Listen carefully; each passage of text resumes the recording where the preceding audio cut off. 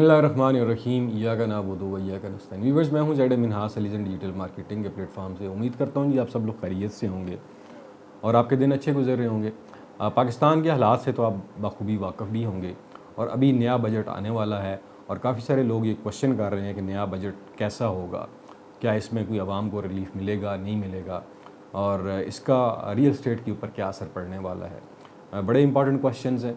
देखें दोस्तों, जो नया बजट आ रहा है, आपको हालात इकानमी के अच्छी तरह मालूम हैं और फिर हम डिपेंडेंट हैं IMF के ऊपर, और IMF की जो शराइत हैं, कल वज़ीर-ए-आज़म ने कहा कि हमने तमाम शराइत पूरी कर दी हैं। इसके बावजूद IMF पाकिस्तान की किसी किस्म की भी हेल्प करने के लिए तैयार नहीं है। एक जो शर्त है IMF की वो ये है कि आप जो दीगर फाइनेंशियल इंस्टीट्यूशंस हैं दुनिया के, आप दुबई से या फिर किसी और ऐसे मुल्क से हमें गारंटी दें तो तब हम IMF का प्रोग्राम आपको देंगे। ये बातें आपने सुन ली होंगी। और इस नए बजट में सुनने में ये आ रहा है कि जिन लोगों के बैंक में डिपॉजिट्स पड़े हुए हैं उनके ऊपर भी गवर्नमेंट जो है वो टैक्स मज़ीद इन्हांस करने का सोच रही है। फिर अगर आप रकम बैंक से निकलवाएंगे तो उसके ऊपर भी टैक्स मज़ीद लगेगा। एक सुपर टैक्स की भी बात हो रही है। जिन लोगों की आमदनी 5 करोड़ या 10 करोड़ से ज़्यादा है तो उसके ऊपर एक सुपर टैक्स भी लगाया जा रहा है।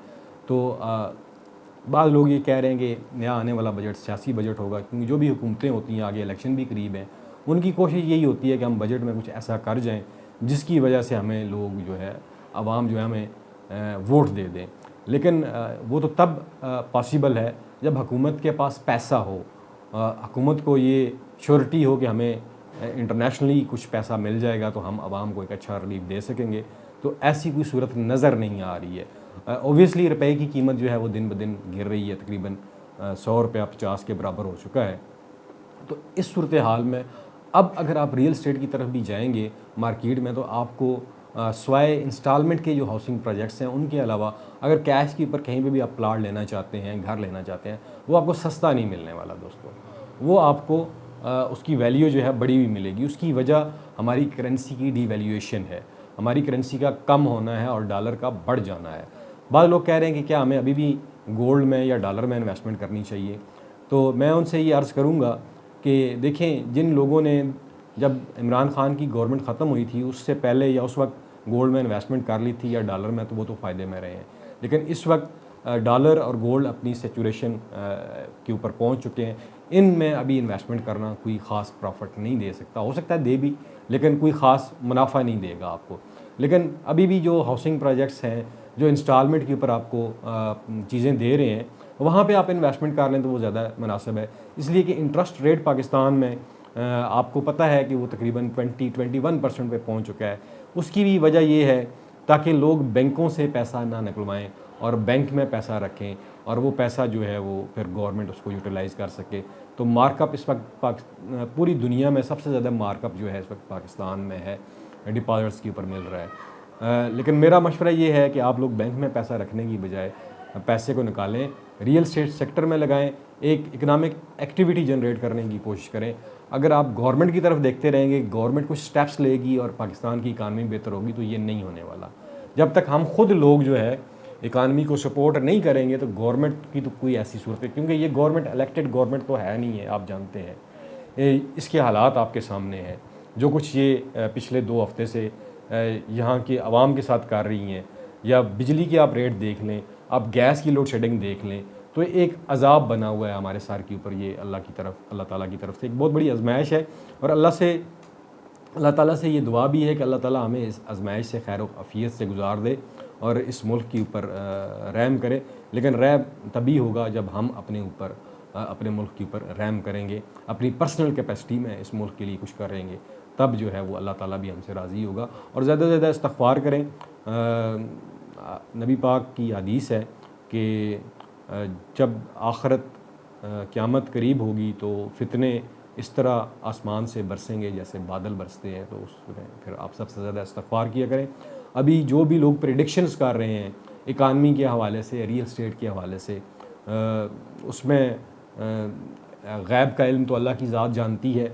हम तो सिर्फ स्टेटस को देख के बात करते हैं कि ये हो सकता है, पॉसिबिलिटी है, प्रोबेबिलिटी है कि ये हो सकता है। मे बी अल्लाह ताला हालात को चेंज कर दे और जो हम कह रहे हैं ऐसा ना हो, इससे चीज़ें बेहतर निकल आएँ। शर से हमेशा अच्छी चीज़ें भी निकलती हैं। अल्लाह ताला जो चीज़ें बाज़ दफ़ा हमें शर नज़र आ रही हैं तो वो अल्लाह की ज़ात है, वो शर से खैर भी निकाल सकती है, खैर भी निकाल दे। और जिन भाइयों ने रियल एस्टेट में इन्वेस्टमेंट की हुई है तो उन्हें परेशान होने की ज़रूरत नहीं है। अल्लाह पे तवक्कल रखें और कम से कम 5 साल भूल जाएँ आप इन्वेस्टमेंट करके रियल एस्टेट सेक्टर में, स्पेशली जो आपने इंस्टॉलमेंट वाले हाउसिंग प्रोजेक्ट में अपनी इन्वेस्टमेंट की हुई है तो वहाँ पे अगर आपने की है तो 5 साल आप भूल जाएं कि आपको वहाँ से कोई रिटर्न मिलेगा। आफ्टर 5 ईयर्स आपको वहाँ से रिटर्न मिलना शुरू हो जाएगा। लेकिन अगर आप वो पैसा बैंक में रखेंगे तो वो मट्टी बन जाएगा, उसका कोई फ़ायदा नहीं है। इससे बेहतर है कि आप कोई पीस ऑफ लैंड ले लें। और दूसरी बात ये मैं इंपॉर्टेंट बताता चलूँ कि जिस तेज़ी से पाकिस्तान में हाउसिंग प्रोजेक्ट्स बन रहे हैं, सोसाइटीज़ आ रही हैं, तो एग्रीकल्चर लैंड जो है वो ख़त्म होती जा रही है। तो आफ्टर 5 ईयर्स आपको ये अंदाज़ा होगा कि पाकिस्तान में खुराक की बहुत बड़ी किल्लत पैदा हो जाएगी।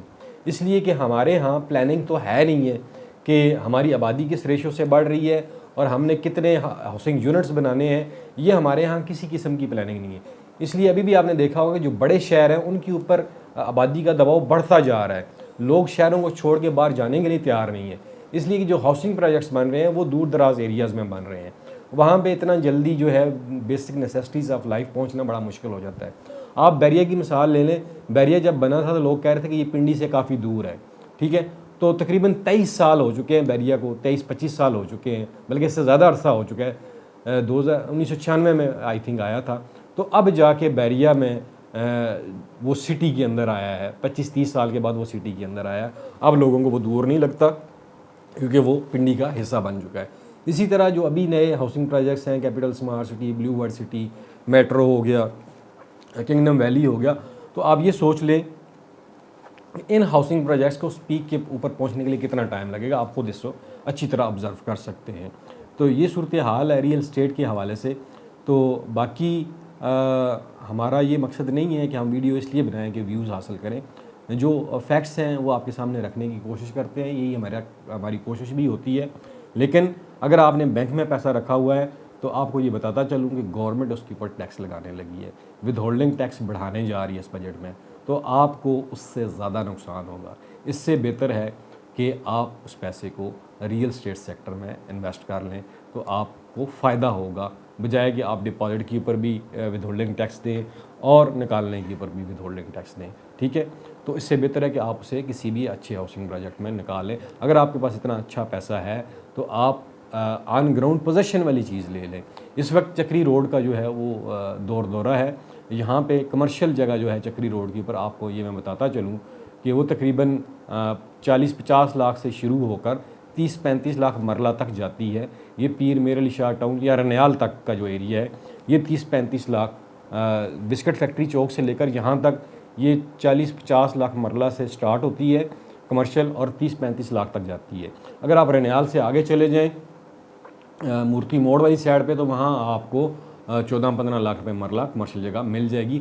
अगर आपको कमर्शियल जगह चाहिए तो फ़ोन के ऊपर आप हमसे रब्ता कर सकते हैं। मुकम्मल अथेंटिक जगह देंगे, बाकब्ज़ा जगह देंगे, 4 दीवारी फ्री हुई होगी और अच्छी जगह आपको देंगे इंशाल्लाह। चक्री रोड कमर्शियल आप आने वाले 5 सालों में याद करेंगे किसी ने कोई हमें डील करवाई, कोई अच्छा मशवरा दिया था। हाँ, मैं आपको ये नहीं कहूँगा कि आप इंस्टॉलमेंट के ऊपर कमर्शियल में इन्वेस्टमेंट कर लें, क्योंकि उन सोसाइटीज़ को आबाद होने में बहुत टाइम लगना है अभी, और वहाँ पे कमर्शियल्स भी आबाद होने में टाइम लगना है। सिवाय एक आध प्रोजेक्ट के जिन्होंने जो एक बहुत बड़ी कंपनी है न्यू मेट्रो सिटी, वो मेन जीटी रोड के ऊपर है, ऑलमोस्ट आबादी के अंदर है वो, और वहाँ पे कमर्शियल अगर आपने लिया है तो उससे होल्ड करें, आपको जल्दी वो फ़ायदा दे देगा। अदरवाइज़ किसी और हाउसिंग प्रोजेक्ट में अगर आप कहें कि आप कमर्शियल लें और आप 5 साल के अंदर अंदर उसे डेवलप कर लें, तो ऐसा नहीं है। हाँ, चक्री रोड के ऊपर आप लेते हैं, आप आज लें, कल अपना वहाँ पे प्रोजेक्ट बनाएं और एक अच्छा आपको रेंटल वहाँ से आना शुरू हो जाएगा। तो ये थी रियल स्टेट के हवाले से बातें जी, कि इस बजट में क्या होने जा रहा है। देखें 30 जून को, या 30 जून से पहले आई थिंक 15 जून तक ये बजट प्रेजेंट हो जाएगा, मेरी जो असेसमेंट है उसके मुताबिक। तो इसमें टैक्सेस जो हैं वो ज़्यादा लगने जा रहे हैं। तनख्वाहें बढ़ाते हैं या नहीं बढ़ाते, क्योंकि जो गवर्नमेंट तबका है वो तो बेचारा इसी के ऊपर सर्वाइव कर रहा होता है कि कितनी हमारी तनख्वाहें बढ़ेंगी, क्या होगा। तो अल्लाह ताला उनके लिए भी आसानियाँ पैदा फरमाए और हमारे लिए भी पैदा फरमाए, और कोशिश करें कि इंडिविजुअल लेवल के ऊपर इस मुल्क की खिदमत करने की कोशिश करें। अपने आप को चेंज करने की कोशिश करें। बाकी गैब का इल्म अल्लाह के पास है। अल्लाह आप सबका हामी व नासिर हो। मुझे दीजिए इजाज़त। पाकिस्तान पाइंदा।